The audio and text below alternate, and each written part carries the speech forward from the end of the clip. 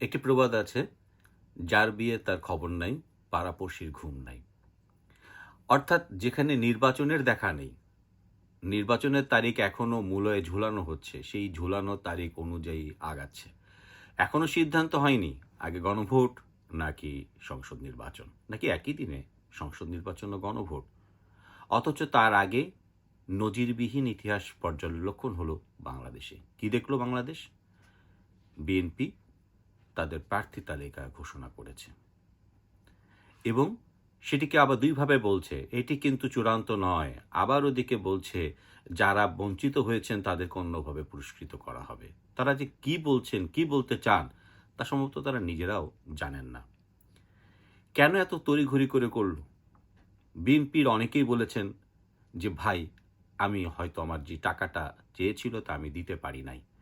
অনেকের সাথে কথা হয়েছে, অনেকের শতপ্রণোদিত হয়ে ফোন দিয়ে জানিয়েছে ন্যায্য দাবি, অর্থাৎ যে কথাটি বেশ জোরালোভাবে প্রচার হচ্ছিল বিভিন্ন মাধ্যমে, যে এই নির্বাচনকে ঘিরে একটি বড় মনোনয়ন বাণিজ্য হয়ে গেছে। বিএনপির বেশ কয়েকজন বিভাগীয় নেতার মতে প্রায় ২,০০০ কোটি টাকার বাণিজ্য হয়েছে। তো এখন যে টাকাটি নেওয়া হয়ে গেছে তা তো হালাল করতে হবে। সেটির জন্য কিন্তু এমন নজিরবিহীন ইতিহাস লক্ষ্য করল।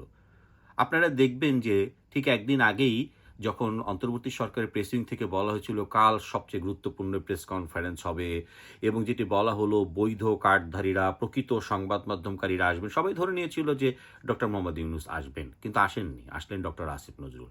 সবাই ভেবেছিল যে গণভোট এবং সংসদ নির্বাচনে একই দিনের হবার ঘোষণাটি আসবে, সেটিও কিন্তু হয়নি। অবাক করে দিয়ে বরঞ্চ বলা হলো যে একটি বৃহত্তর রাজনৈতিক দল তারা জামাতের দিকে ইঙ্গিত করে বলেছে যে যে একসাথে আলোচনা করে তারপর সিদ্ধান্ত নিন। অর্থাৎ তার আগের দিন জামাতের আবু তাহের কথাটি বলেছিলেন যে তারা রাজনৈতিক দলগুলোকে এই ব্যাপারে ঐক্যে আসার জন্য বলছেন। অর্থাৎ বিএনপিকে যেটা আমরা লিখেছিলাম যে নাকে খত দিয়ে যেতে হয়েছে।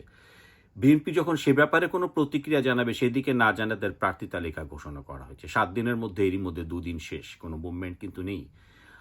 এখন যে ২০০ এতজনকে নমিনেশন দেওয়া হলো তারা কিন্তু মাঠে চলে গেছে। সেই নির্বাচনের কোনো রকম কোনো নির্দেশনা নেই। এখন পর্যন্ত যে খবর, এখন এটি এস্টাবলিশড একটি সত্য, আর যাই হোক ফেব্রুয়ারিতে নির্বাচন হচ্ছে না।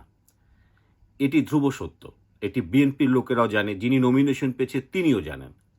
এই নির্বাচন ফেব্রুয়ারিতে হচ্ছে না।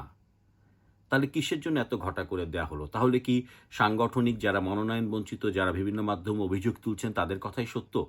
যে ২,০০০ কোটি টাকার মনোনয়ন বাণিজ্যকে হালাল করতেই তড়িঘড়ি করে এই মনোনয়নের যে তালিকা ঘোষণা করা হলো? এবং আপনি অবাক করে দেখবেন যে এই বিষয়গুলো নিয়ে হাস্যরসও কিন্তু তৈরি হয়েছে। ইতিমধ্যে আমরা সেটি লক্ষ্য করছি, সামাজিক যোগাযোগ মাধ্যম ভরে তাদের পাতায় কিন্তু নেতিবাচক প্রতিক্রিয়া। এতে গেল বিএনপির অবস্থা। এবার আওয়ামী লীগের কথায় আসি।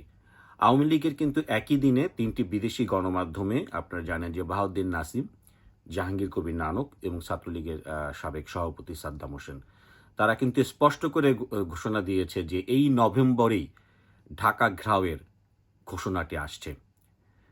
এই সরকার যত চেষ্টা করুক, যত কৌশল অবলম্বন করুক, কিছুতেই আওয়ামী লীগের নেতাকর্মীদের এই ঢাকা ঘেরাও কর্মসূচি থেকে ঠেকানো যাবে না।